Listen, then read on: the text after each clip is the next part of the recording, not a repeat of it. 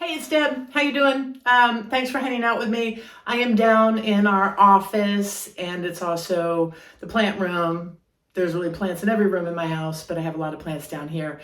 And today I came in and I noticed my snake plant is so happy. This plant has just been thriving this past year in this location. And I want to share with you what I've been doing to this plant. Clearly it's working, and maybe it will help you.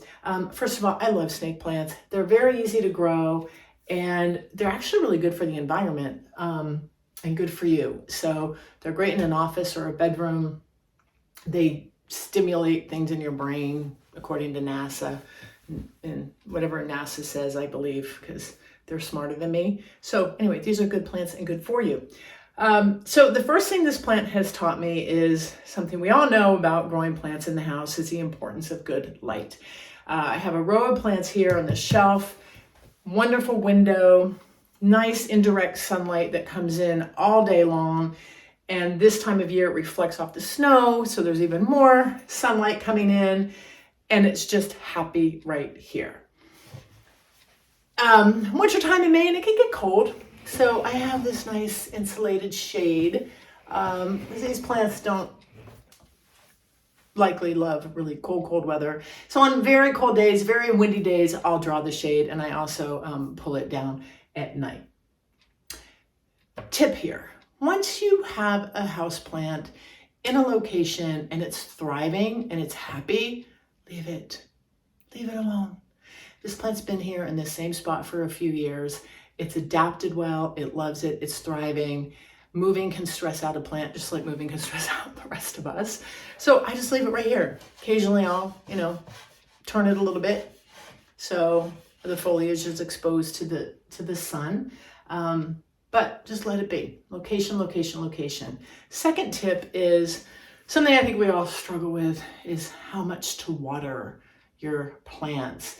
I water this one probably every 3 weeks, and use a jug, pour it around. I like to make sure with this plant that the water comes out the base. You don't want to flood it, but you want to be sure that you put enough water in to get to the roots. Other thing I do, I use this liquid plant food. In the wintertime, I do this maybe once a month. And I put about 5 drops right in the water, and I use it. During the growing season, when spring starts and summer starts, I'll ramp that up a bit. But, the winter, I fertilize pretty infrequently because, they're resting. But I do it about once a month. Okay, the other tip, third, is humidity. I said that. Humidity. In the wintertime, it can be very dry in our homes. So in this room, I have one of these sweet little humidifiers. I love this thing. We have one in our bedroom too. It just puts out a nice mist. The room doesn't get too steamy at all. But I will run this once a day down here, and I really think that it's helping these plants. And also, when you group plants together, that can increase humidity just among the plants. And I also think that plants need to be with their friends because we all thrive when we're with our friends. So this snake plant, awesome. Grow one. They're easy to grow. Give it some nice consistent light.